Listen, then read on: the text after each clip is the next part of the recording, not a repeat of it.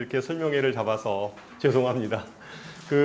아무래도 뭐 직장 다니시는 분들도 많이 계시고 이래서 토요일 날이 적당할 것 같아서 토요일 날 잡았습니다. 오늘 제 얘기는 한 1시간 정도? 뭐 이 정도 아마 걸릴 것 같고요. 혹시 영재고 입시에 대해서 상담을 받고자 하시는 어머님이 계시면 지금 오늘 저희 영재고 선생님들이 일부 수업을 해서 좀 상담할 수 있는 인원이 많지는 않아요. 그래서 오늘 좀 시간이 되시는 분은 오늘 예약을 그냥 남아서 상담을 하시면 아마 담당 선생님이 상담을 해주실 거고요. 혹시 만약에 오늘 좀 바쁘시면 저희 데스크 안내 데스크 쪽에 이렇게 인적사항하고 이렇게 좀 남겨주시면 따로 시간을 잡아서 뭐 전화 상담을 드리건 아니면 뭐 대면 상담을 드리건 어쨌든 시간을 잡아서 오늘 바쁘시면 저희가 연락을 드려서 시간을 잡도록 하겠습니다. 그래서 어쨌든 오늘 끝나면 담당 선생님들 남아 계시니까 그 선생님들한테 뭐 궁금하신 거나 이런 것들은 상담 받으시면 될 것 같습니다. 영재고 입시는 워낙 오늘 오신 어머님들이 잘 알고 계시는 어머님들도 계시고 아니면 뭐 처음 또 이렇게 듣는 어머님들도 계실 것 같아서 제 오늘 얘기는 올해 입시 얘기를 좀 겹붙이긴 하지만 그냥 처음부터 얘기를 하도록 하겠습니다. 처음부터. 그래서 다소 뭐 알고 계시는 어머님들은 다시 한번 좀 확인하는 정도, 이 정도로 하면 될 것 같습니다. 처음에 입시 기초에 대해서 제가 간단하게 좀 말씀을 좀 드리면 영재고 입시뿐만 아니라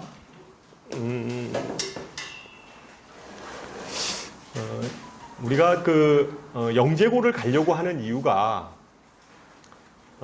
두 가지인 것 같아요. 그죠? 하나는 우리 아이들한테 좋은 교육을 시키기 위해서, 그죠?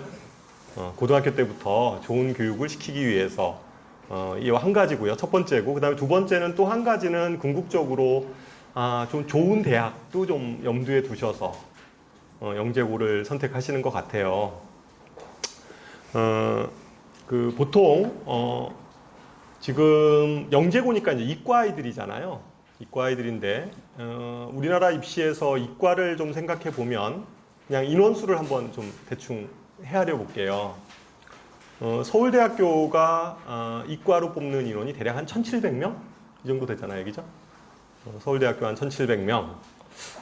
그 다음에 카이스트 한 750명. 그 다음에 포스텍 한 300명 정도 되고요. 보통 거기 한 1,000여 명 정도 되는 것 같고, 그 다음에 의대 있잖아요. 의치한, 그래서 의대, 치대, 한의대 해서 대략 한 4,200명 정도 되는 것 같아요. 4,200명. 그러면 전체 진짜로 대한민국의 아주 상위권이라는 아이들의 숫자, 아이들이 들어갈 수 있는 학교를 보면, 물론 뭐 그 외에 디지스트라든가 뭐 이런 대구 뭐 경북 이러한 과학 기술원들이 있기는 해요. 근데 그냥 어림잡아 제가 지금 말씀을 드리는 건데, 그러면 대략 한 7,000명 정도 된다고 생각을 합니다. 그러면 대한민국에 그러면 그 학교를 가기 위해서 경쟁을 하는 아이들에 대해서 한번 생각을 해보면 영재고가 몇 명 정도 되시는 아시죠? 영재학교 다니는 아이들이 전국에 한 800명 정도 돼요. 전국에 800명 정도 되고, 그 다음에 영재학교 다음에 있는 학교가 이제 과학고등학교 있잖아요. 과학고등학교. 전국의 과학고등학교는 한 20개 정도 되는데, 그 아이들이 한 1,700명 정도 돼요. 1,700명. 그 다음에 자사고 아이들 있잖아요. 전국형 자사고 아이들 있잖아요. 전국형. 10개의 전국형 자사고 아이들. 걔들이 한 3,000명 정도 되는데, 뭐, 그렇게 잡지 말고, 거기에서 반 정도? 이 정도 잡는다든가. 10개니까 전국형 10개. 민사라든가, 상산이라든가, 이런 데서 잡아보면 대략 한 1,000명 정도 잡아보고. 그리고, 전국의 인문계 고등학교들 있잖아요. 그게 한 1,500개 되는데, 그래도 그 학교에서 한 전교 1, 2등 하는 아이들은 공부 좀 하는 아이들이거든요. 의대 가고 이런 아이들이니까. 그런 아이들 대략 잡으면 또 한 3,000명 돼요. 그래서 또 그 아이들 이렇게 합산해 보면 대략 한 7,000명 정도 숫자가 나오게 됩니다. 그러니까 대체적으로 아까 그런 학교를 가는 아이들은, 그러니까 그 정도 범위에 있는 아이들이 사실은 지원을 한다 이렇게 생각을 하시면 되고, 전체 수험생의 퍼센트로 보면 대략 한 1.5%에서 그 정도, 한 1.5%, 수험생이 한 1.5% 정도 되는 인원이죠. 그 인원이 이제 그 정도 되는 아이들이 사실은 가죠. 특히 그 속에서 영재고는 800명뿐이 안 되니까, 그죠? 엄청난 경쟁력이 있는 거죠. 대입시로 보면 엄청난 아이들이 사실은 이제 영재고에 가고 있는 거고, 영재고를 준비하고 있는 겁니다. 입시의 기초는 뭐 대략 한 그 정도. 그래서 영재고를 가면 뭐 각 대학에서는 뭐 굉장히 좋아하죠, 아이들을. 어쨌든 간에 그렇습니다. 그래서 영재학교 현황으로 넘어가 보면 대략 한 뭐 그 정도가 이제 입시, 대한민국 입시의 좀 기본인데, 영재고를 보면 전국에 8개 영재고가 있죠. 그죠? 8개 영재고가 있고, 맨 처음에 생긴 데가 황과영 이렇게 돼 있는 여기죠. 부산에 있는 카이스트 부설 학교예요. 이 학교가 이제 제일 오래된, 맨 처음에 생긴 학교고요. 그죠? 그 다음에 생긴 게 서울광영재고, 그 다음에 경기, 대구, 이 순서예요. 거기 나와 있는 순서대로. 그래서 맨 마지막에 생긴 게 인천이죠.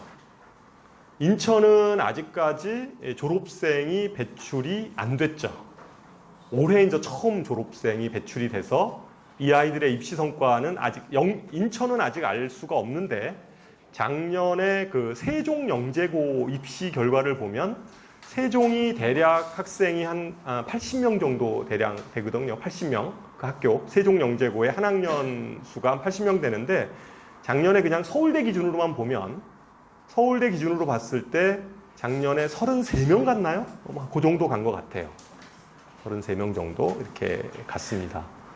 오히려 제1호 영재고인 한과영은, 한국과학영재고등학교는 서울대학은 잘 안 보내요. 그 학교에서 주로 다 카이스트 쪽으로 이렇게 뺍니다. 왜냐하면 카이스트 부설학교여서 좀 잘하는 아이들, 이런 아이들은 그냥 카이스트 쪽으로 다 이렇게 웬만하면 가죠. 그래서 상대적으로 한과영도 아이들 공부 잘하는 아이들인데, 왜 이렇게 서울대 입학생 수가 적지 이렇게 생각하면 거기는 다 이제 카이스트 쪽을 밀어서 그래요. 대부분의 아이들이 카이스트 쪽으로 좀 많이 가는 그런 형태입니다. 대체적인 그 학교 서열은, 뭐 서열이라는 게 좀 웃기긴 한데, 그래도 어쨌든 영재고 내에서도 좀 서열이 있잖아요. 제일 센 데가 서울이고요. 그죠?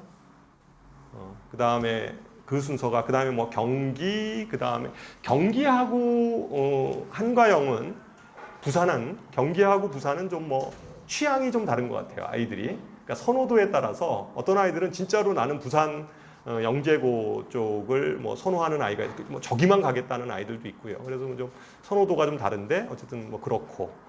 그 다음 나머지가 뭐 대전, 그죠? 그 다음에 나머지 뭐 이 정도 이렇게 됩니다. 그런 것 같아요. 그 다음에 좀 대전이 조금 더 좀 들어가기가 어려운 것 같아요. 들어가기가 좀 어려운 것 같고, 나머지는 좀 비슷한 것 같고. 그렇습니다. 그래서 어쨌든 그래도 어쨌든 이 학교가 재학생이 800명뿐이 안 되니까 뭐 들어가면 아주 우대를 받죠. 우대를 받아요. 이 학교의 교육 커리큘럼에 대해서 간단하게 한번 살펴보도록 하겠습니다. 요 표는, 이건 제가 왜 넣냐면, 이거는 없어요. 없는데, 혹시 그 영재고에 처음 이제 이렇게 오늘 설명해 오시는 어머님들 같은 경우는 영재고하고 과학고를 혼돈하시는 어머님들이 계세요. 영재고하고 과학고는 달라요. 과학고는 특목고예요. 과학고는 특목고입니다. 영재고는 그럼 특목고가 아니냐? 영재고는 특목고가 아니에요. 영재고는, 그러니까 어떤 거냐면, 특목고는 교과부 소속이에요. 그러니까 뭐 자사고 이런 거하고 똑같아요. 외고 이런 개념이에요. 그러니까 외고, 자사고 이런 개념의 학교고요. 그 과학고라는 것은, 영재고는 영재교육특별법에 의해서 만들어진 학교예요. 그래서 다른 학교입니다. 그래서 근데 이제 위에 이름이 비슷하게 뭐 과학자가 붙어 있고 이러니까 대체적으로 영재고하고 과학고를 이렇게 혼돈하시는 어머님들이 계시는데, 다릅니다.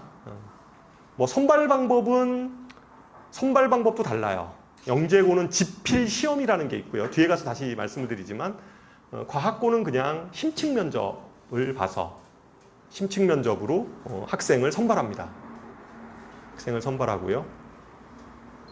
원래 여기도 특목고니까 사실은 요새 보면 특목고들은 다 후기 고등학교로 해서 이렇게 아이들 선발하게 돼 있잖아요. 자사고, 요번에 뭐 자사고, 외고, 예전에는 인문계보다 먼저 해가지고 아이들 선발해가지고 그 다음에 떨어지면 인문계들하고 같이 이렇게 뺑뺑이 돌리고 이랬는데 요번에는 그렇게 되지 않잖아요. 그냥 똑같이 선발하거든요. 똑같이 선발하는데 과학고는 특목고이긴 하지만 거기에 제외가 된 것 뿐이에요. 예외로.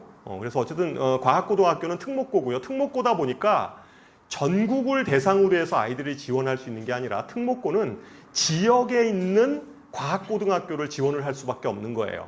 그래서 경기도에 사시는 이 아이들은 경기 북가고만 지원할 수 있습니다.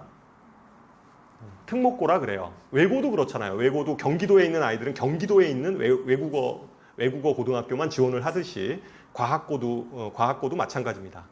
아까 제가 얘기했듯이 이 학교가 전국에 20개가 있고 인원수는 대략 한 1,700명 정도 된다. 이 정도로 우리가 정리할 수 있고요. 그래서 요거는 그냥 그 영재고하고 과고는 좀 다르다. 커리큘럼은 어떠냐면요. 커리큘럼은 좀 비슷해요. 커리큘럼 뭐 배우는 건 좀 비슷한데 어쨌든 선발 방식이나 이런 것들이 좀 다르다는 얘기입니다. 영재학교 이게 한과형 커리큘럼인데요. 보면 뭐 수학, 뭐 과학, 뭐 이러한 그 과목들을 쭉 배우는데 거의 대부분 보면 대학교에서 배우는 그러한 내용들의 교과목들로 이루어져 있죠. 여기 보면 뭐 정수론, 선형대수론 뭐 이런 것들이 쭉 있죠. 그죠? 뭐 그 다음에 화학 같은 경우도 뭐 유기화학, 뭐 이런 식으로 나노화학, 뭐 이런 식의 그냥 커리큘럼을 보면 이런 형태예요. 뭐 이거는 그냥 참고로 입학하면 어떤 내용을 좀 공부하는지에 대해서 지금 제가 보여드리는 겁니다. 이건 대전 아이들인데요. 대전과학영재고 아이들인데 그 아이들이 공부하는 내용들입니다. 여기 보면 마찬가지죠. 아까랑 비슷하죠. 뭐 일반 물리학, 일반 생물학 뭐 이런 것도 쭉 배우고요. 뭐 고급 물리학 이런 것도 쭉 배웁니다. 수학과학에 대해서. 그죠? 이거는 인천, 그러니까 인천영재고 맨 마지막에 생긴 인천영재고에서 교육과정 편성표예요. 현재 고등학교 1학년 아이들, 그 아이들 교육과정 편성표인데 뭐 보면 뭐 주로 뭐 하여튼 대학교 수업 내용이에요. 저는 좀 개인적으로 봤을 때 좀 이렇게 여기는 그 인천 예술이잖아요. 그러다 보니까 약간 융합과학 쪽의 프로그램들이 좀 들어가 있어요. 융합과학. 그러니까 좀 다른 건 아까랑 비슷한데 나머지가 수학이나 과학이나 이런 것들은 다 비슷한데 예술영재 쪽은 커리큘럼에 고등학교 1학년 들어가서 배우는 커리큘럼에 융합 쪽이 좀 들어가 있어요. 여기 보면 뭐 그런 것들이 좀 들어가 있죠. 뭐 창의적 디자인. 이게 뭐 무슨 내용인지 모르겠어요, 저도. 뭐 이런 것들이 있고요. 그 다음에 뭐 여기 보면 뭐 융합 수학 뭐 이런 것들이 있고요. 뭐 이런 것들에 대한 좀 융합적인 어떤 내용들이 좀 더 추가가 되어 있는 게 이 학교 프로그램입니다. 그 프로그램을 보면 진짜로 우리 아이가 이런 데서 공부를 하면, 그죠? 그러니까 이게 뭐 고등학교 때 그냥 이렇게 일반적으로 배우는 그런 커리큘럼이 아니잖아요, 그죠? 그러니까 거의 뭐 대학교 수준의 수업을 듣고 있는 거죠, 아이들이. 그러다 보니까 영재고에 입학한 아이들은 일반 고등학교 아이들하고 수업 내용이 완전히 달라요. 수업 내용이 달라서 영재고 입학한 아이들은 수능 시험을 보면 일반고 아이들보다 엄청 못 봅니다. 그러니까 학교에서 수능 이런 거 안 가르쳐요. 그러니까 수능 시험 이런 거 보면 얘네들은 대학 못 가요. 영재고 아이들은 수능 시험 보고선 너희들 대학 가 이런 못 갑니다. 걔네들 물론 재수해서 또 1년 하면 하겠죠. 근데 그게 아니라 그냥 대학교 재학생 시절에 공부하는 내용들은 거의 대부분이 뭐 실험, 뭐 이런 대학 AP 과정에 대한 수업들을 계속 듣기 때문에 이게 무슨 수능하고 이런 건 관련이 없어요. 그래서 대부분의 아이들이 영재고 아이들이 대학에 입학하는 것은 수능 최저나 뭐 이런 것들을 혹은 정시를 봐서 들어가는 것이 아니라 대다수의 아이들은 그냥 수시 전형으로 들어가는 겁니다. 그래서 학생부 종합 전형이나 아니면 특기자 전형이나 이런 전형을 통해서 대학에 입학하는 겁니다. 커리큘럼을 보면. 그냥 참고로 제가 넣어드렸고요. 그 다음에 영재고 아이들이 그러면 어느 정도 대학을 가냐. 그러니까 서울대학 기준으로 그냥 말씀을 좀 드릴게요. 보통은 일반적으로 다 서울대학 기준으로 해서 각 고등학교들도 이렇게 평가를 하니까 서울대학 기준으로 얘기를 하면 서울과학고 아이들이 아까 제일 잘 간다고 그랬잖아요. 이 아이들이 51명 가죠. 물론 정시로 가는 아이들도 있어요. 정시로 가는 아이들. 이런 아이들은 어떤 아이들이에요? 네, 그렇죠. 그리고 재수생일 가능성도 커요. 그죠? 이제 일단 갔는데 다시 한 1년 정도 더 해서 이렇게 재수생일 가능성도 커요. 그래서 어쨌든 간에 현재 요 수시만 보면 아이들은 거의 대부분이 수시로 가니까 재학생일 겁니다. 51명 정도 가는 거죠. 한 반 정도가 그냥 다 서울대 간다. 그럼 나머지는 어디 가냐? 뭐 카이스트 이런 데 가겠죠. 그죠? 카이스트 가고. 서울과고는 포스텍은 잘 안 가는 것 같아요. 포스텍은 잘 안 가는 게 카이스트보다 포스텍이 좀 떨어지냐? 그런 건 아니고요. 아이들이 포스텍을 이렇게 붙으면 이렇게 여러 군데 넣을 거 아니에요. 걔네들도 서울대도 넣고 포스텍도 넣고 카이스트도 넣고 뭐 이렇게 되는데 포스텍 붙은 애들이 다 이제 포스텍을 선택을 안 해요. 그러니까 다 그냥 저쪽으로 빠지는 거죠. 서울대 쪽으로 중공 합격되고 뭐 이러니까 다 빠져나가니까 포스텍에서 안 뽑아요. 그러니까 어차피 도망갈 거 아니야? 뭐 이러면서 안 뽑아버리죠. 오히려 좀 그렇잖아요. 이게 충성도 높은 학교를 차라리 섭외해서 그쪽 아이들을 뽑는 게 낫지. 기껏 맡은 이렇게 해가지고 뽑아놓으니까 다 도망가 버리고 이러면 잘 안 뽑잖아요. 그래서 잘 안 뽑는 것 같고. 근데 뭐 경기 가고 역시 마찬가지로 거의 버금 가죠. 서울과고하고 수준이. 여기에 보면 아까 한과형 아이들도 꽤 좀 실력이 있는 아이들인데 왜 이렇게 적냐 이런 건데 이건 학교 성격 때문에 그래요. 여기 뭐 아이들이 좀 떨어지고 이래서 그런 게 아니라 실제 22명이 왜 22명이냐면 서울대보다는 카이스트 부설학교이기 때문에 교수님들이 좀 이제 아무래도 카이스트 쪽으로 밀어요. 좀 그렇게 그런 형태고 뭐 나머지 이렇게 쭉 보면 여기 세종과학예술영재고가 작년에 처음으로 졸업생을 배출한 학교예요. 세종이 꽤 많이 보냈죠. 꽤 많이 보냈어요. 그러니까 맨 처음에는 세종이 뭐 저기 영재학교인데 좀 후발에 많이 생겨서 저 학교 많이 못 보내는 거 아니야? 뭐 이런 좀 우려들도 많이 하고 좀 이렇게 관망하는 좀 추세였는데 그래도 어쨌든 꽤 많이 간 걸로 이렇게 평가가 됐고 그래서 올해 세종이 좀 굉장히 경쟁률이 좀 셌죠. 올해 입시에 세종이 좀 인기 학교로 확 부상을 했어요. 좀 뭐 그래도 어쨌든 꽤 많이 이렇게 올라갔습니다. 학교에 대한 전체적으로 입시 실적에 대해서 한번 검토를 해봤고요. 영재고 입시에 대해서 말씀을 드리도록 하겠습니다. 영재고 입시는 크게 다 아시겠지만 3단계로 뽑습니다. 3단계. 그래서 1단계는 서류예요. 1단계는 서류. 그러니까 서류는 학생기록부하고 그 다음에 자소서하고 그 다음에 추천서하고 이렇게 들어가요. 학생기록부, 그 다음에 자소서, 그 다음에 추천서 이렇게 들어가요. 학생기록부의 내용은 지워지는 거 하나도 없이 그대로 다 들어갑니다. 왜 그렇죠? 이 학교는 특목고가 아니에요. 특목고에는 뭔가 제약 요소가 있잖아요. 뭐 이렇게 뭐를 지운다든가 뭐 이런 것들이 있잖아요. 뭐 세특사항을 지운다, 아니면 뭐 수상 경력을 지운다, 뭐 이런 것들이 있잖아요. 교육부 소관이니까.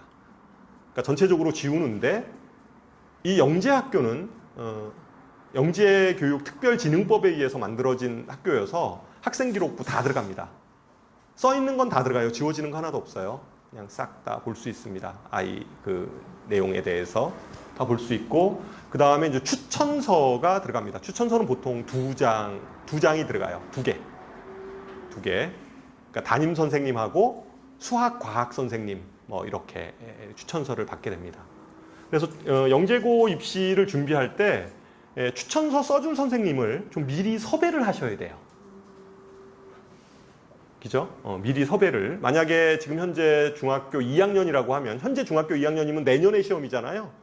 내년 5월 달에 그 시험이 있으니까 그 전에 이제 원서를 넣어야 되잖아요. 그러니까 학기 초에 이게 이 추천서 써줄 선생님을 이렇게 좀 생각을 해놓으셔요. 그러니까 이제 관계를 좀 잘 이렇게 친하게 좋은 추천서를 써줄 수 있는 선생님을 이렇게 섭외를 해 놓으시는 게 좋습니다. 전근 가신 선생님보다는 그냥 그 학교에 남아있는 선생님이 더 좋겠죠. 그래서 어쨌든 그런 관계를 좀 잘 해놔야 돼요. 그러려면 아이가 학교에서 좀 성실하게 생활하는 게 중요하죠.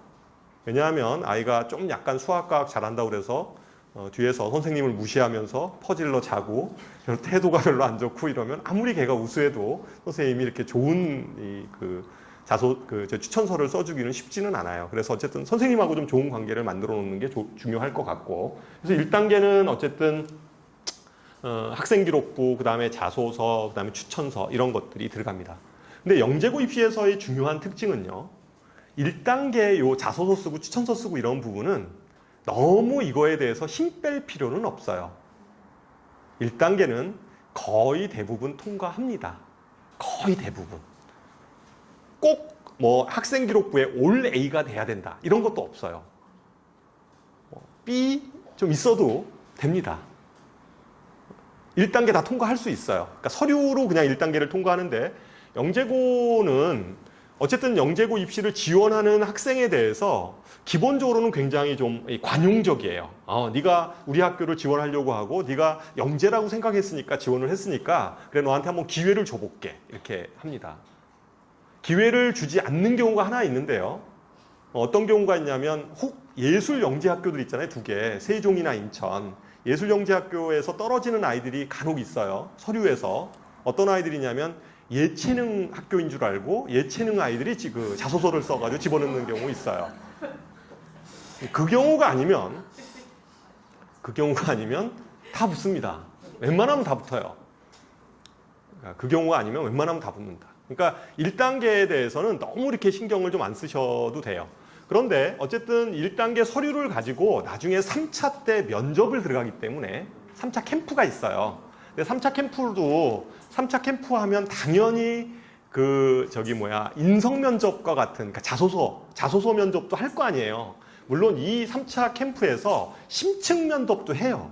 그런데 분명히 자소서나 학생기록부를 보면서 이 학생에 대해서 확인하고 싶은 것도 있을 거 아니에요, 학교에서. 그러니까 그때 다시 한번 어쨌든 이렇게 또 면접을 또 하니까 나중에 자기가 쓴 자기소개서나 아니면 학생기록부를 가지고 면접을 하기 때문에, 그렇다고 해서 너무 엉망으로 쓰면 좀 안 되죠. 너무 엉망으로 성의 없이 쓰면 안 되고, 웬만하면 다 붙는데 그래도 미리 한 책을 진짜로 그냥 책을 가짜로 읽어가지고 거기다 막 써놓고 이러면 안 되잖아요. 그러니까 최소한 책 몇 권 정도 이렇게 읽어서 그 책을 가지고 뭔가 감명을 받은 듯한, 어쨌든 이렇게라도 이렇게 좀 써서 이렇게 자소서를 써야 돼요. 좀 스토리를 좀 만들어야 되잖아요. 자기가 왜 영재고를 지원하려고 하고, 자기가 이거에 대해서 왜 자기가 공부를 하려고 하고, 이런 식의 뭔가 스토리가 있어야 되니까 최소한 그 정도는 그 정도만 좀 만들어내면 됩니다. 저희 학원 같은 경우에는 보통 1학년 아이들도 그렇긴 하는데, 1학년 때는 주로 경시대회나 이런 쪽에 좀 매진할 수 있도록 좀 조치를 하고, 2학년 한 여름방학 정도부터 좀 서서히 좀 담당 선생님들이 좀 달라붙어서 아이들이 좀 자소서 준비할 수 있도록 책도 좀 읽게 하고 좀 이렇게, 그래서 점검을 해요. 그리고 주제별로 계속 좀 생각을 해서 좀 쓰게, 한꺼번에 처음부터 끝까지 다 쓸 수는 없잖아요. 자소서 항목대로. 그러니까 이제 이렇게 각각 이렇게 1번 주제, 2번 주제 이런 것들이 있을 거 아니에요. 지원 동기나 이런 것들 아니면 자기가 감명 깊게 읽었던 책 등등 이렇게 좀 이렇게 부분 이렇게 좀 쓰게 하죠. 미리 쓰게 해서 나중에 겨울방학 그때 좀 지나면서 좀 다시 좀 완결해서 좀 봄에 들어갈 수 있도록 조치를 하고 있습니다. 어쨌든 이건 큰 문제는 아니에요. 이거 자소서 쓰고 이런 것들은 큰 문제는 아니고, 다만 추천서만 좀 염두에 두셔서 좀 준비를 하시면 좀 되는 문제입니다. 그리고 그다지 이렇게 어려운 것도 아니고, 그리고 1단계는 웬만하면 다 통과된다 이렇게 생각하시면 됩니다. 그 다음에 영재고에서는 그 다음에 2단계가 중요해요. 이게 지필이에요. 이게 지필입니다. 그러니까 모든 학교는 2단계 시험을 보는데, 2단계 시험에서 보통 아이들이 만약에 90명을 뽑는다. 모집 정원이 90명이에요. 그러면 그 학생들이 서류를 넣을 거 아니에요. 이제 뭐 그게 뭐 몇 명이건 간에 서류를 넣어요. 서류를 넣으면 웬만하면 다 통과된다고 그랬잖아요. 다 통과가 되는데 아이들이 이제 추려내기 시작하는 게 어디서부터 추려내기 시작하냐면 여기서 추려내는 거예요. 2단계에서. 그럼 2단계가 뭐냐? 지필 시험이에요. 그럼 뭘 시험을 보냐? 수학 문제하고 과학 문제를 보는 겁니다. 수학, 과학에 대한 지필 시험을 보는 거예요. 학교마다 성격들은 좀 여러 개 다른데 그건 뒤에 가서 좀 다시 얘기를 드릴게요. 어쨌든 문제는 수학 문제하고 과학 문제입니다. 이 문제에 대해서 시험을 보는데 수학 마찬가지로 어머님도 아시겠지만 4개의 영역에 대해서 시험을 보는 거죠. 대수 파트, 기하 파트, 정수 파트, 조합 파트. 이 4개의 영역에 대해서 시험을 보게 되고요. 그 다음에 과학 같은 경우도 물, 화, 생, 지 이 4개 과목에 대해서 다 평가합니다. 다 평가해서 어쨌든 2단계 지필고사를 보죠. 보통 2단계 지필 통과자들은 학교마다 좀 다르긴 한데 많으면 2배수.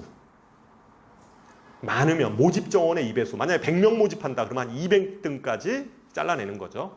많으면 2배수. 좀 적은 학교는 한 1.5배수 정도 뽑아요. 왜냐하면 뭐 너무 또 많이 뽑으면 3차 캠프가 부실해질 수 있잖아요. 인원이 너무 많아서. 그러니까 성적 순으로 해서 대략 한 2배수 내지 1.5배수 정도의 인원을 잘라냅니다.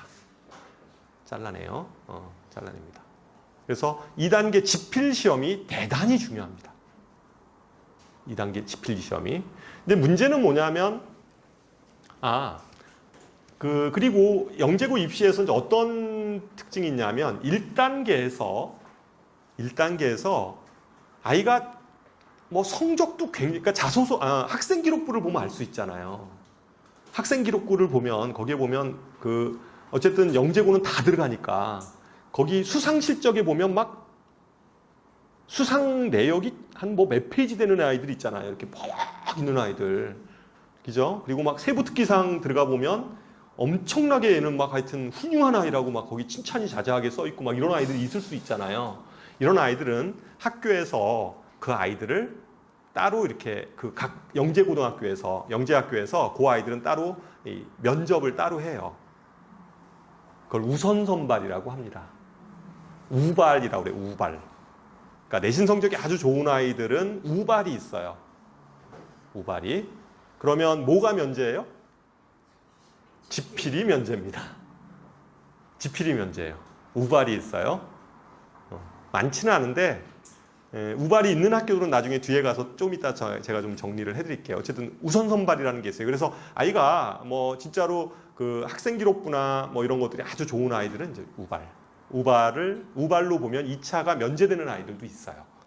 2차도. 그러면 왜 영재학교에서 우발을 쓸까요? 우선 선발을 하는 이유가 뭘까요? 그렇죠. 잘하는 아이들을 선점하기 위해서 그런 거예요. 너 우리 학교에 오면 지필 시험 면제해 줄게. 뭐 이런 거죠. 지필 시험 면제해 줄게. 이런 거예요. 캠프만 하면 되잖아요. 거의 붙을 확률은 거의 뭐 아주 높습니다. 그래서 어쨌든 이제 이게 우선 선발 제도가 모든 학교에 있는 건 아니에요. 모든 학교에 있지는 않고 주로 어떤 학교에 있겠어요? 그냥 생각해 보면. 좀 약간 중간 그룹 내지는 그 중간 밑에 있죠. 그쪽에 있겠죠. 왜냐하면 잘하는 애들을 똑같이 어쨌든 영재고 학생들끼리 경쟁하는 학교끼리 성적하니까 그 아이들 중에서 진짜 우수한 아이들을 좀 뺏고 싶으니까. 그러니까 보통 아주 상위권 학교 있죠. 아까 서울이라든가 경기라든가 이런 데는 뭐 그런 거 없어요. 근데 이제 그 밑에 단계 학교들 있죠. 뭐 대구라든가 세종이라든가 대구, 세종, 그 다음에 저기 어디야? 광주도 있었어요. 광주도 있고 어쨌든 하여튼 뭐 그런 데서 이렇게 우발을 씁니다. 그래서 어쨌든 2단계를 통과하고 나면 전체적인 구조에서 2단계를 통과하고 나면 3단계로 넘어가는데 3단계는 캠프예요. 캠프입니다. 이 캠프도 학교마다 좀 성격이 좀 많이 달라요. 캠프 들어가면 뭐 실험 뭐 이런 것들도 하고 이러는데 제가 보기에는 3차 캠프에서 중요한 거는 뭐 실험 잘하고 토론 잘하고 뭐 이런 것도 물론 보기는 하겠죠. 보기는 하는데 중요한 거는 들어가서 심층 면접을 잘 보거나 지필고사를 잘 봐야 돼요. 역시. 지필고사를 보는 학교가 있어요. 다시. 그러니까 캠프 애들 불러놓고 아무것도 안 하고 지필교서만 계속 보고 있어요. 다시. 그 애들 데리고. 그런 학교도 있어요. 그냥 하루 종일 아침부터 일찍 붙여가지고 하루 종일 시험만 보게 해. 그리고 보내 그냥. 그런 학교도 있어요. 그래서 어쨌든 간에 이런 3단 캠프가 있습니다. 그런데 확률적으로 보면 만약에 2단계 시험을 압도적 점수로 통과를 했다라고 하면 3차 캠프의 점수에 어쨌든 합산할 거 아니에요. 2단계 점수하고 3단계 점수를 이게 전체적으로 1단계, 2단계, 3단계 전체적으로 봐서 할 텐데 중요한 게 2단계거든요. 2단계 시험하고 그다음에 요 3차 때 캠프 내용하고 이렇게 결합해서 이렇게 점수를 환산할 텐데 아주 상식적으로 생각해도 만약에 2단계를 커트라인 근처로 이렇게 통과한 학생들 있잖아요. 이런 아이들한테는 캠프가 무진장 중요하겠죠. 그러니까 모집 정원이 만약에 뭐 100명이에요. 그런데 2단계 통과한 게 뭐 거의 90등에서부터 한 110등 사이에 이렇게 커트라인에 걸린 아이들 있잖아요. 이런 아이들은 무지 잘 봐야 되잖아요. 그죠? 캠프를. 근데 그렇지 않고 그냥 좀 앞으로 아주 월등한 점수로 붙은 아이들의 경우에는 기본적으로 3단계에 크게 걸리지 않고 통과하겠죠. 그래서 그런 의미에서 봤을 때 캠프도 사실은 그렇잖아요. 이게 뭐 등수가 나오진 않아요. 2단계 때 너는 1등으로 통과했어. 뭐 이런 거 없어요. 그냥 몇 명 2단계 통과자 이렇게 몇 명 이렇게 나와버리니까 그냥 그 아이들로 해서 자기가 몇 등 했는지 모르잖아요. 그냥 느낌이죠. 시험을 잘 본 것 같아. 뭐 이 정도 느낌이지. 이게 뭐 몇 등으로 통과했는지 모르니까 결국은 이제 캠프를 해야 되는 거예요. 캠프를 해야 되는 거죠. 근데 캠프의 영향력은 2차 통과 점수의 커트라인에 걸린 아이들한테는 아주 절대적입니다. 그럴 거 아니에요. 물론 이제 그 언저리에 있는 아이들 중에서도 이제 이렇게 뒤바뀌는 경우들이 있겠죠. 근데 뭐 워낙 성적이 좋았던 아이들은 크게 변동 없이 아마 합격이 된다고 보시면 됩니다. 그래서 그 2차 캠프에서 중요한 거는 심층 면접. 이죠. 인성 면접 같은 경우, 뭐 자소서 면접 이런 거, 너 들어오면 우리 학교에 와서 뭐 학업 계획을 어떻게 세웠으면 좋겠냐 이런 얘기는 누구나 다 대답을 해요. 그렇잖아요. 그런 데서 무슨 점수를 깔 일은 없죠. 아이가 뭐 엉뚱한 얘기를 하지 않고서는 뭐 그럴 일은 없을 거라는 거죠. 그러니까 그때도 마찬가지로 3차 캠프에서도 면접이 심층 면접이 핵심입니다. 아니면 지필고사를 보는 학교는 지필고사를 아주 잘 봐야 돼요. 들어가서도. 캠프에 들어가서도. 그게 핵심이다. 그래서 3단계에 의해서 최종 합격이 결정이 된다라고 보시면 됩니다. 그러면 뭐 대체적으로 이제 어떻게 선발하는지에 대해서 제가 좀 말씀을 드렸고요. 그 경쟁률에 대해서 말씀을 드리면 영재고 입시를 준비하는 학생은 전국에 이건 뭐 정확한 수치는 아닌데 전국에 제가 보기에는 한 6,000명 정도? 6,000명 내외 정도의 아이들이 영재고 입시를 준비하는 것 같아요. 영재고 입시를 한 6,000명, 5,000명에서 한 6,000명 정도 사이가 800명 안에 들어가기 위해서 경쟁을 하고 있어요. 800명 안에 들어가기 위해서 경쟁을 하고 있는데 그러면 한 뭐 6,000명이라는 숫자는 대략 지금 각 학년, 그 해의 학년에 대략 한 1.5% 정도?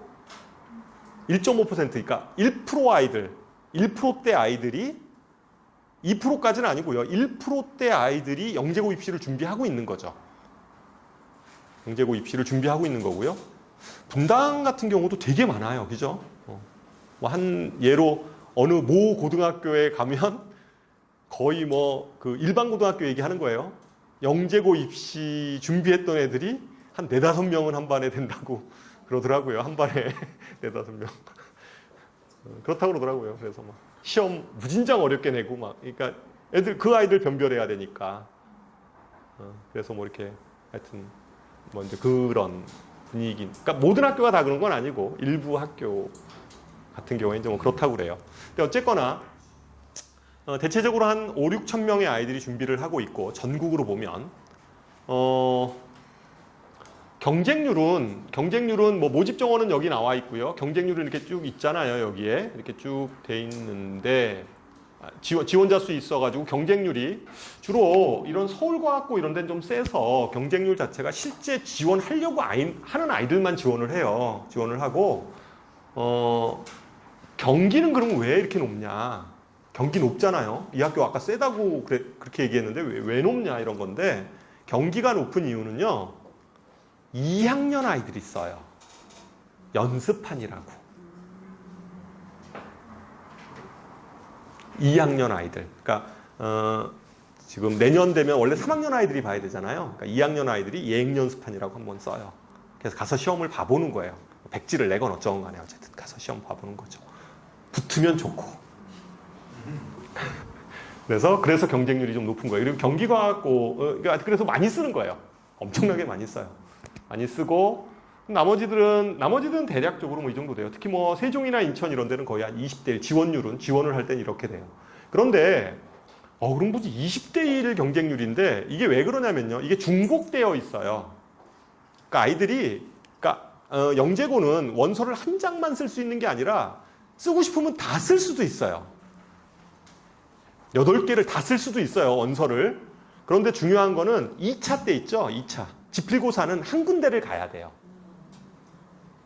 지필고사는 한 군데를 가야 돼요. 그래서 이 경쟁률은 의미가 별로 없어요. 처음에 지원하는 거니까 의미가 없을 거 아니에요. 이거는. 그죠? 그래서 실질 경쟁률은 이걸 봐야 돼요.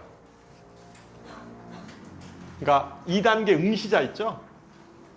아까 지필고사 보러 간 아이들, 그러니까 시험장에 나타난 아이들이 실질 경쟁률이에요.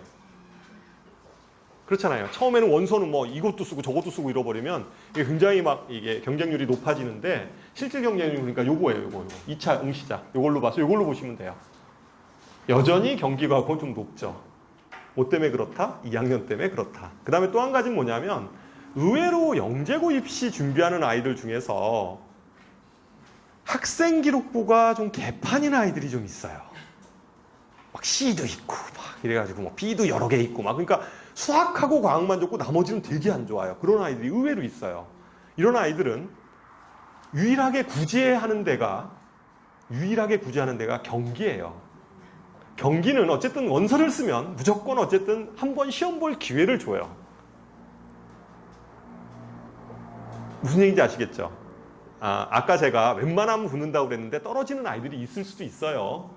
너무 막 학생기록부가 B씨가 너무 많고 이러면 진짜 이거 너무하다 이렇게 생각하면 그런 데는 세종이나 인천, 대전 이런 데는 떨어져요.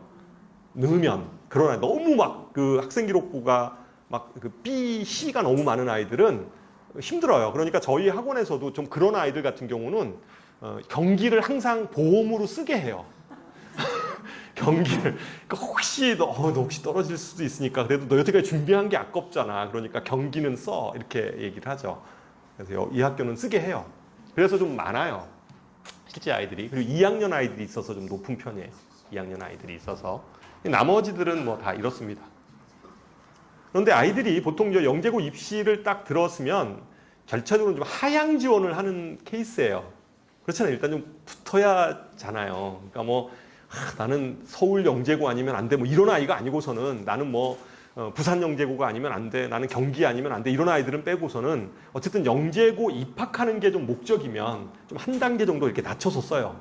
그래야 좀 확실하니까. 그러니까 실력은 내가 경기 갈 정도 되는데 그래서 좀 한 단계 좀 낮춰서 이렇게 쓰려고 하죠. 아이들 같은 경우. 그래서 어쨌거나 이게 실질 경쟁률이다. 이렇게 생각하시면 되고요.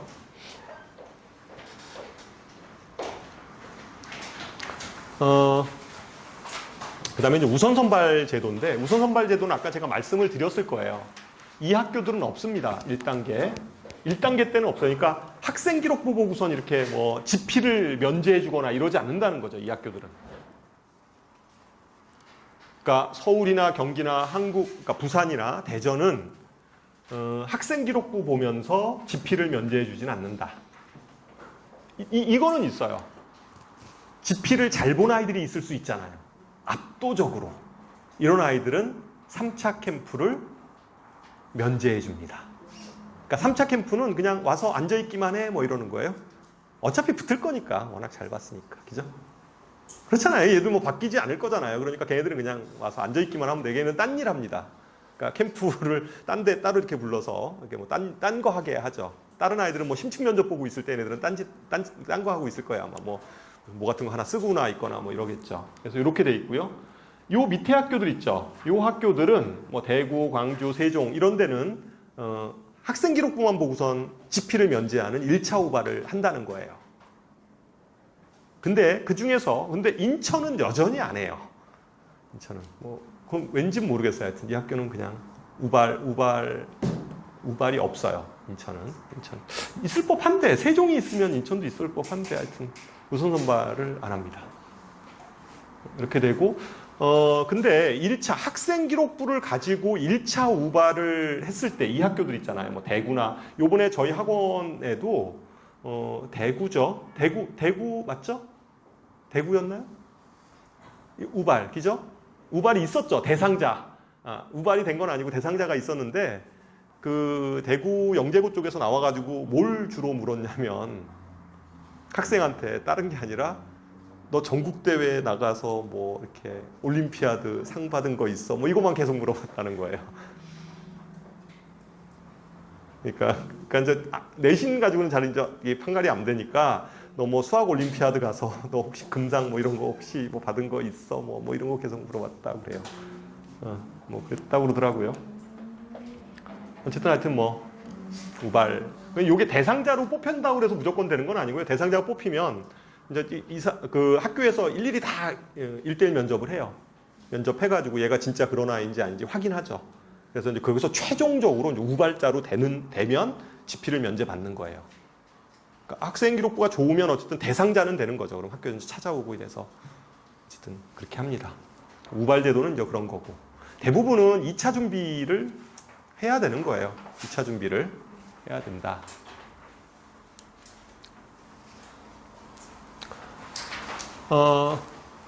그러면 학교별로 아까 지필고사죠. 2단계 지필고사를 어떻게 보냐.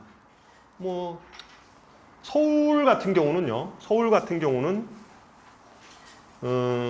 3교시가 있어요. 그러니까 맨 처음에 1교시 때는 그냥 영재성 검사를 가볍게 합니다.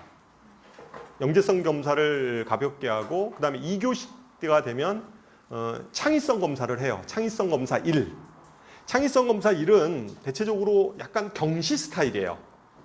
문항이나 수학이나 뭐 과학 문항들이 좀 약간 경시 스타일의 그러한 문항으로 보고요. 그 다음에 3교시 창의성 검사 2를 합니다. 2교시 또 한 번 창의성 검사를 또 해요. 수학과학에서 또 한 번 하는데 이 문제는 약간 통합적인 문항, 좀 융합적인 문항이라고 얘기해야 되나요? 그러니까 그런 문항으로 이렇게 구성되어져 있는 게 서울. 그 다음에 경기는 그냥 그렇게 안 보고 수학하고 과학 이렇게 봐요. 수학 따로 보고 그 다음에 과학 따로 보고 뭐 단답형도 있고요. 서술형도 있고 뭐 이렇게 돼서 구성이 되어 있습니다. 시간은 뭐 한 2시간 정도 시험 보는 거죠. 이렇게 되고 그 다음에 한과형 마찬가지로 수학, 과학 시험 보죠. 기본적으로 문항수를 보면 알 수 있을 거예요. 문항수가 수학 6문항이죠. 그러니까 큰 문항이 있을 거고 대문항이 있을 거고 그 대문항 밑에 소문항들이 있을 거라고 우리가 예측이 돼요. 그죠? 이제 그런 식으로 이렇게 구성되어져 있습니다. 한과형 수학도 상당히 까다롭습니다. 그죠?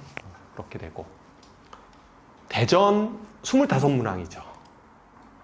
어떤 느낌이 들어요? 많죠? 그냥 경시성 문제들이 쭉 나열되어 있다고 생각하시면 될 거예요, 아마. 이렇게 해서 시험을 보고 과학도 마찬가지로 이렇게 문항들이 쭉 있고요. 아무래도 이러한 대전 같은 경우는 조금 이게 문제가 까다롭잖아요. 문항 하나하나가 뭐 이렇게 학교 시험처럼 쉬운 문제가 아니라 까다로운 문항들이 많으니까 빨리빨리 책상에서 정확하게 풀어내는 것 이게 굉장히 중요하겠죠. 많이 훈련이 좀 돼야 되고 뭐 그런 것들도 필요할 것 같아요. 그렇게 되고 그다음에 대구 뭐 그렇고 특이한 건 광주 얘기를 좀 제가 말씀을 좀 드릴게요. 광주는 원래 인원이 45명만 뽑아요. 왜 이렇게 이 학교는 작냐라고 생각하기 쉬운데 광주에는 과학고등학교가 없어요. 광주에 과학고등학교가 없어서 광주가 광역시잖아요. 근데 과학고등학교가 없어요. 왜 없는지는 뭐 지원자가 많이 없으니까 그럴 수도 있고 하여튼 없어요. 없어가지고 광주 과학고등학교가 반은 과학고로 뽑고요. 90명 중에 반은 영재고로 선발을 해요. 그러니까 전체가 90명이에요. 과학고등학교가 90명인데 45명은 과학고로 뽑고 45명은 영재고로 뽑는 거예요. 선발 방식을 그렇게 해서 뽑게 되는 겁니다.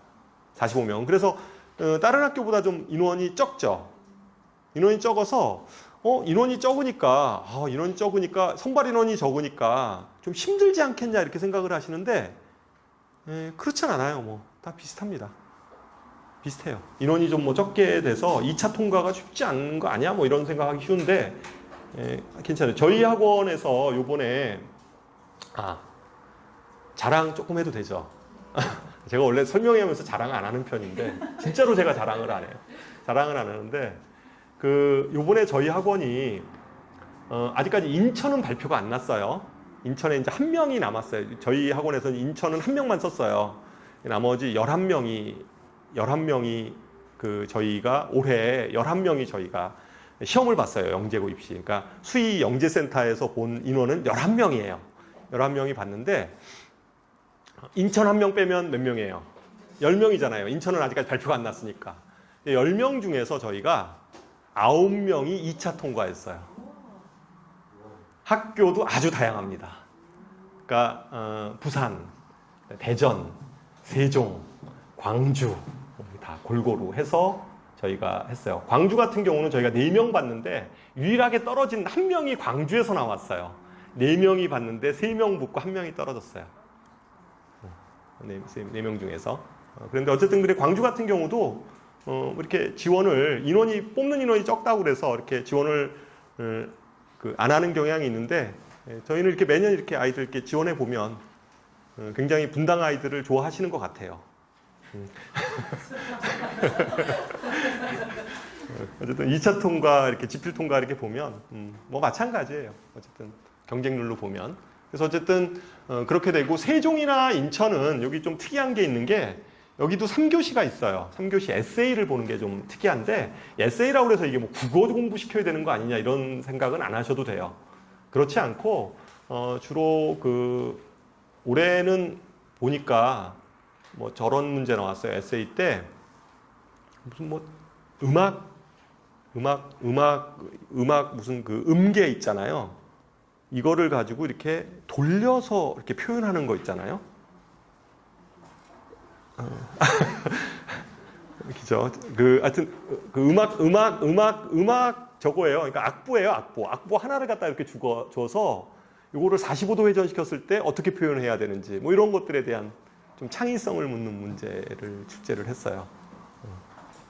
그런 식의 문제. 어쨌든 그런 뭐 에세이, 재작년인가를 보면 어떤 시 같은 거 주고선 그것에 대해서 뭔가 이렇게 표현하는 이런 것들도 나왔는데 조금 이렇게 달라진 것 같아요. 그래서 어쨌든 2단계 지필고사는 학교마다 좀 약간 성격이 다르고 그런데 2단계 지필고사 준비는 그러면 어떻게 시켜야 되냐? 뭐 이런 문제들은 도대체 이제 뭐냐? 이게 뭐 출제는 어떻게 준비를 시켜야 되냐? 이렇게 보면 수학 같은 경우는 그냥 경시를 시키면 돼요. 경시형 문제들이에요. 경시. 그러니까 그 정도 수준을 갖춰야 돼요, 아이가. 그러니까 경시 문제. 그러니까 KMO 얘기하는 거예요. KMO. 수학 올림피아드. KMO 수준의 실력을 길러야 되는 거예요. 그러니까 그 정도 되면서 그러니까 선행 이런 건 전혀 중요하지 않습니다. 수학 선행은 개 중에 이제 어머님들 보면 뭐 미적분 같은 거 하면 더 유리하지 않겠냐? 아닙니다. 이거 할 필요 없어요. 그냥 고등학교 1학년 정도 수학이면 끝이에요. 선행은. 더 이상 시킬 필요도 없고요. 그러니까 고등학교 1학년 정도의 수학까지만 선행을 시키고 나면 영재고 입시 준비는 그 다음부터 그냥 다 시키시면 돼요. 예. 선행은 더 이상 필요하지 않습니다. 그리고 영재고 입시는 선행을 평가하는 학교가 아니에요. 오로지 심합니다. 그럼 왜 고등학교 1학년 것까지는 왜 필요하냐? 대수 때문에 그래요. 그렇잖아요. 우리가 3학년 수학을 좀 더 심화시킨 게 고등학교 1학년 수학이잖아요. 그렇잖아요. 뭐 인수분해라든가 뭐 식의 전개라든가 뭐 함수라든가 뭐 이런 개념들이 좀 더 확장된 게 고등학교 1학년 과정이기 때문에 그래서 고등학교 1학년 과정까지가 필요한 거예요. 그래서 선행이 필요하지 않습니다. 선행을 시키려고 하면 그냥 일반고나 자사고 준비를 시키는 게 맞아요. 영재고를 진짜 들어가야 된다고 생각하면 경시를 시켜야 돼요. 수학 같은 경우에. 마찬가지로 과학도 마찬가지입니다. 과학도 물화생지에 대해서 경시 수준의 과학을 시켜야 됩니다. 그래서 주로 영재고 입시를 준비하는 아이들은 물리올림피아드, 그 다음에 화학올림피아드 이런 것들을 시킵니다. 근데 화학올림피아드나 물리올림피아드는 꼭 영재고 입시만 준비하는 아이들만 하진 않고요. 요새는 일반고 가려고 하는 아이들, 상위권 아이들 있잖아요. 이런 아이들도 그냥 시킵니다. 중학교 때 시간이 많으니까, 고등학생들보다는. 그래서 중학교 때 좀 한번 그런 것들을 확 돌려놓으면 아무래도 훨씬 고등학교 올라가서 유리하다고 생각을 해서 보통 상위권 아이들 같은 경우에 하나 정도 자기가 나는 뭐 생물이 아니라 물리를 할 거야, 뭐 아니면 화학을 할 거야, 뭐 이런 식으로 이렇게 좀 생각을 해서 합니다. 좀 물리가 좀 어렵잖아요. 그래서 중학교 때 좀 깊이 있게 좀 시켜놓기도 하고 그래서 하는데 어쨌든 영재고 입시에서는 수준 자체가 그것도 마찬가지 올림피아드 정도의 수준을 준비를 시켜야 됩니다. 그 영재고 입시 준비는 일찍 시키면 시킬수록 유리합니다. 일찍 시키면 시킬수록 유리한데 어머님들이 좀 겁내하시는 것 중에 하나는 너무 어렸을 때 시키면 그죠? 아이들이 너무 편향된 아이들로 커서 수업의 밸런스가 좀 깨질까봐 염려하시는 것들도 알고 있습니다. 알고 있는데 보통 어떻게 준비를 하냐면요. 저희 학원 같은 경우는 만약에 뭐 6학년이다, 중학교 1학년이다 이런 아이들이 있잖아요. 이런 아이들은 어차피 수학만 좀 시킵니다. 그러니까 처음에 3일, 뭐 월수금이면 월수금, 화목토면 화목토 이렇게 시켜요. 수학을. 그러면 만약에 월수금이다, 얘가 수학이 월수금이다 그러면 화목토가 시간이 되잖아요. 그러니까 그때 뭐 영어나 뭐 이런 것들 다른 과목들을 좀 수업을 시키고 있으면 되는 거죠. 그럼 과학은 언제 하냐? 좀 주말이나 이런 것들을 이용하면 돼요. 저희 학원에 보면 주말에 이렇게 과학 강좌들이 깔려져 있습니다. 그러면 월수금은 뭐 수학하고 예를 들어서 주말에 한 뭐 몇 번 정도를 뭐 물리나 화학이나 이런 것들을 이렇게 좀 미리 해놓는 거죠, 아이가. 그렇게 해서 중학교 2학년 1학기까지는 그렇게 준비를 하고 있어요. 그러다가 본격적으로 입시로 전환되는 시점이 저희 학원 같은 경우에는 2학년 2학기 여름방학 때부터입니다. 2학년 2학기 여름방학 때부터 본격적으로 준비를 해서 그러면 2학년 2학기 여름방학 때부터 쭉 준비를 시키면 겨울방학 지나고 나면 3월이에요, 바로. 그럼 5월 달에 시험 보니까 그 정도 시키는 거예요, 집중적으로.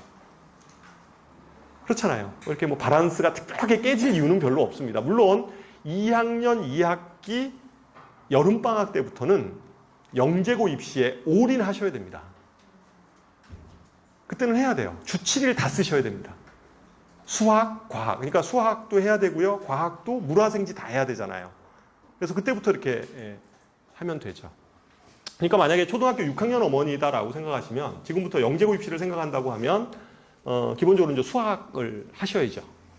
수학을 하셔야 되고 아까 선행의 과정은 그냥 고등학교 1학년까지 선행이 좀 돼 있으면 돼요.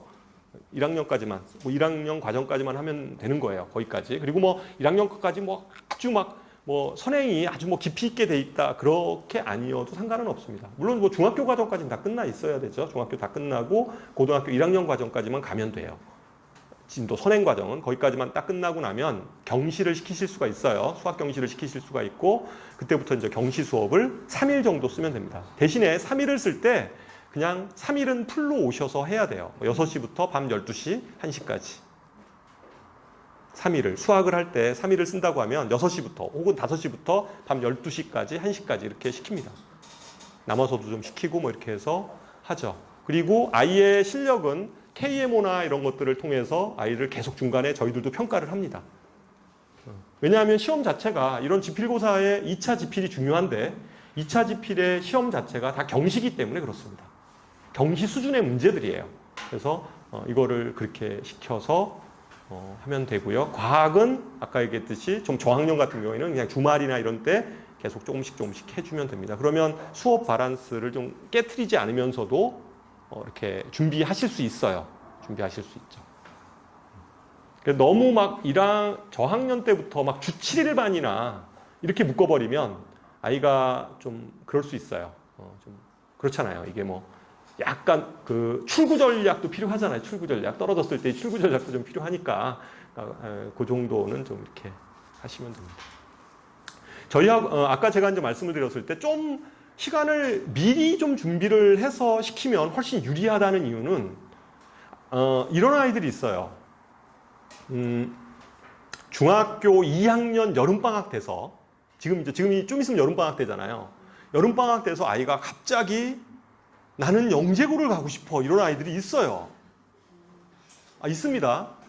근데 그게 그런 아이들 있잖아요. 난 영재고 가고 싶어 이런 아이들이 있는데 어머님들 생각하기에는 넌 너무 늦었어. 물론 늦었죠. 근데 불가능한 건 아니에요. 들어갈 수 있습니다. 본인에 따라서 할 수 있어요. 할 수 있는데 그렇게 늦게 시작하는 아이도 할 수는 있어요. 근데 합격할 확률은 그 전에 좀 시작했던 애들보다는 떨어져요. 그리고 또 한 가지는 높은 학교는 지원하기가 좀 곤란합니다. 높은 학교는. 아이에 따라 좀 다르지만 대전 이상은 좀 어려워요. 대전 이상은 좀 어렵습니다.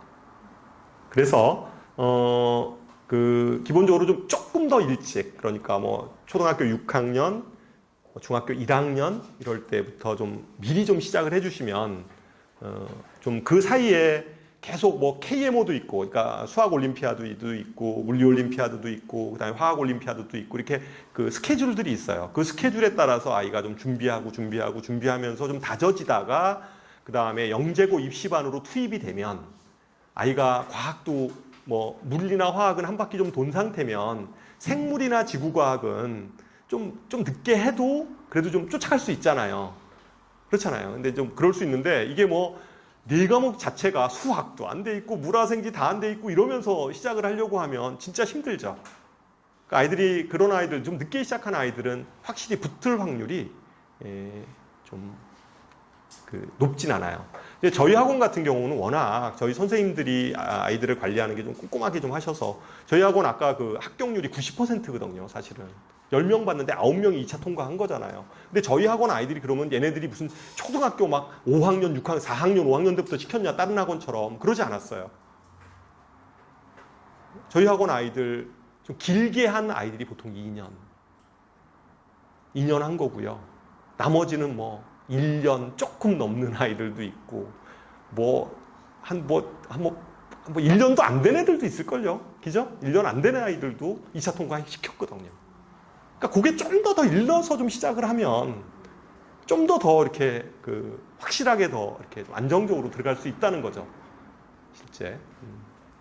그렇습니다. 그래서 어쨌든 간에 이게 뭐 영재고 이러면 남일이다 이렇게 생각하시지 마시고, 오늘 오신 어머님들 같은 경우에 그래서 어쨌든 관심이 있으셔서 오셨으리라고 생각을 하는데, 어쨌든 뭐 그렇습니다. 그래서 뭐 엄청난 아이들이 꼭 뭐 이거를 하는 건 아니다. 일이야. 다 끝났나요? 다 끝났나 봐요. 그리고 저희 학원에 그 맨 뒤에 자료들을 보면, 저희 학원 자랑 조금만 더 해도 되죠? 저희 맨 뒤에 보면 거기 수학 문제하고 과학 문제를 저희가 좀 실어놨어요. 그런데 거기 보면 뒤에 저희 학원에서 수업했던 문제들하고 요번에 출제됐던 문제들하고 해서 진짜로 기출문제가 엄청나게 많이 적중이 됐어요.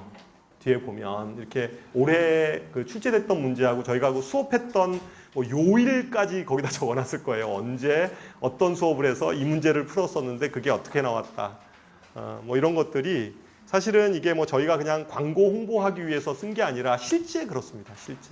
실제 선생님들이 굉장히 저희 학원은 아이들이 이제 아이들이 영재고 입시에 붙으면 아까 커리큘럼에 나와 있는 AP 과정 있죠.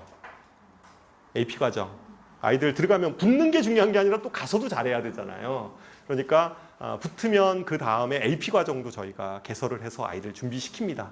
수학 선생님 같은 경우에 이제 아이들이 그쪽에서 얘기하는 뭐 선형대수라든가 미적분학이라든가 이런 것들을 다 시킵니다. 그러니까 보통 영재고 입시 준비하는 아이들은 선행을 안 하잖아요. 선행할 시간이 없어요. 그러니까 고등학교 1학년까지만 선행이 될 수밖에 없거든요. 근데 시험이 끝나고 나면 그 다음부터는 뭐 해야 돼요? 선행을 해야 돼요. 달려야 됩니다.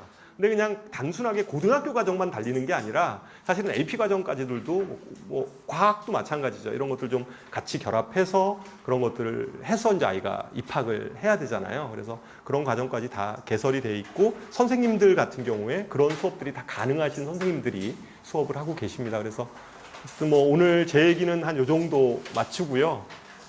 혹시 저희 학원에 커리큘럼이나 이런 것에 관심이 있으신 어머님들은 상담 예약을 하시거나 바쁘시면 아니면 오늘 시간 되시면 상담하시고 가시면 될 것 같습니다. 네, 감사합니다.